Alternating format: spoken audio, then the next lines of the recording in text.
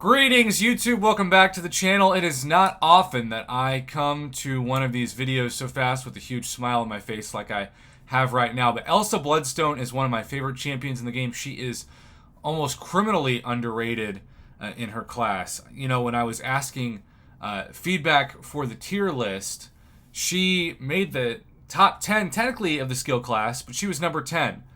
And right now in this game, even though Blade was number 9, I'd put her ahead of Blade in my personal rankings when I'm not asking for a poll question. I use her even more than Hitmonkey, which I know is going to bother some Hitmonkey fans, but I just do.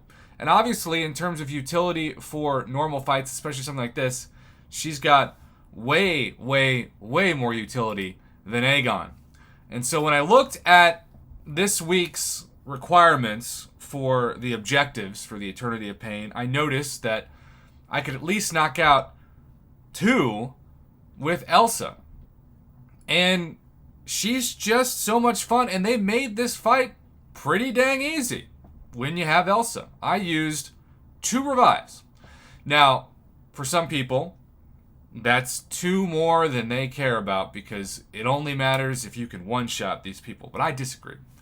I think if you can save yourself time and effort, that's what matters most. And you can see ELSA got me 3 points. That's right.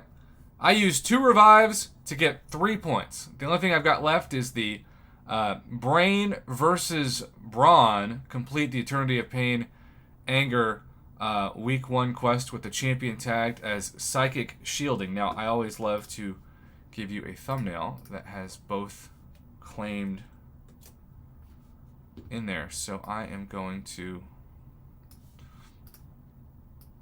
take the screenshot, which I just did, and now we will claim both. It feels so good to not even really at the time of recording this be but an hour into the new week, and I've already got 3 out of 4 points. And with that, let's just check out what the new first level is, right? Because I think it's improved. Yeah, so I am just 1 point away from getting a featured 6-star worth of shards already. 10 6-star 6-stone crystals and 2 25% tier 5 class catalyst selectors. That's pretty dang good. And you'll notice a Nexus is now the 4th tier. I still think I would take a Nexus that's a basic over a class. And I really think the 9th overall milestone should give you 2 crystals. Wouldn't it make the most sense to give you a Nexus and a class-based Nexus? I think it's annoying that the last 3 milestones all have the same reward. Of course, that is also the case again with the 36 stones, but the difference is they actually have buffed the last couple of milestones. Remember the last time you could get 1, now it's 2. 2 for each. That is a huge difference. That's literally double the difference. And that's going to be worth it to me to push through for those milestones now. It wasn't before, because the difference before was just a small percentage, and I feel like a lot of people might have done what I did, and that's just go for the 8th tier instead of the 9th.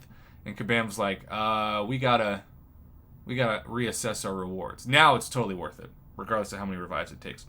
Let me just show you real quick how easy it is with ELSA, especially when you've got suicides on.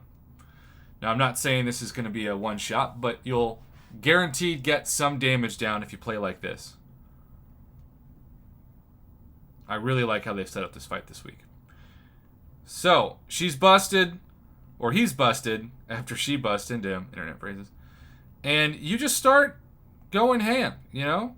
I've already taken down 6% damage, and I'm just doing basic attacks. Now, you'll notice it gets a little tricky here, because thankfully he doesn't have any projectiles. So you want to stay close. And yes, it takes some intercepting skills. And I actually showcase them there. I'm going to fire a special one just for fun. I usually like to hold the special too. That's probably a better strategy. But I've already done 20% damage, right?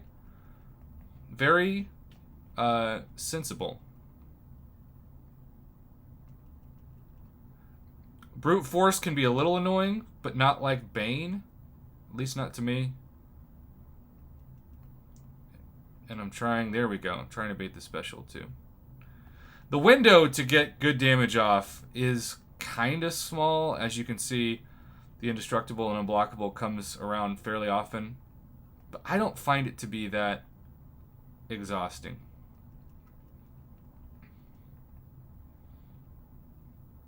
And I'm going to beta heavy and then fire off in their special. And I just feel so relaxed doing this. Like the Icarus fight comparatively, which I felt like I had to relearn like MCOC calculus, was just so much worse than this. And I actually think I just showcased 2 intercepts in a row. That's crazy.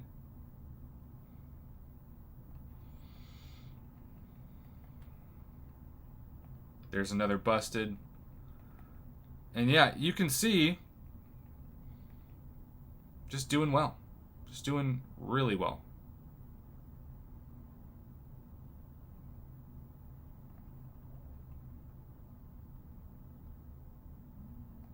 Now, fire the special 2. And 40% damage done. And so I just did this a couple of times. Have some expiring revives.